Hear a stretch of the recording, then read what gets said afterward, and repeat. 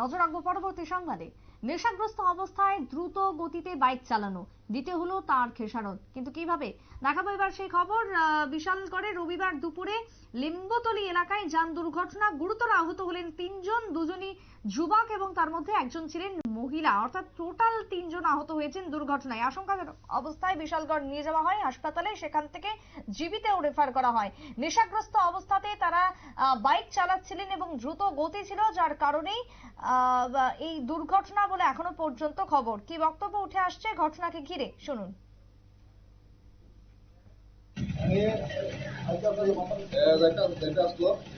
তারপরে coronary camp পুরো বামে সবাই পড়া আছে। হ্যাঁ, পুরো মায়া পুরো ঘুমের ভিতরে ওরকম সাতটা বাঁচাইছি মেরে দিচ্ছি।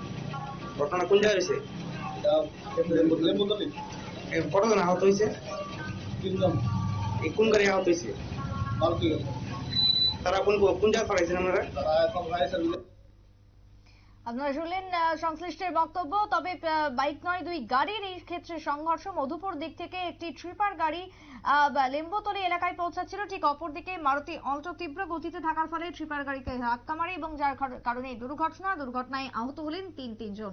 ছোট্ট বিরতির পর ফিরছি, সঙ্গে থাকুন।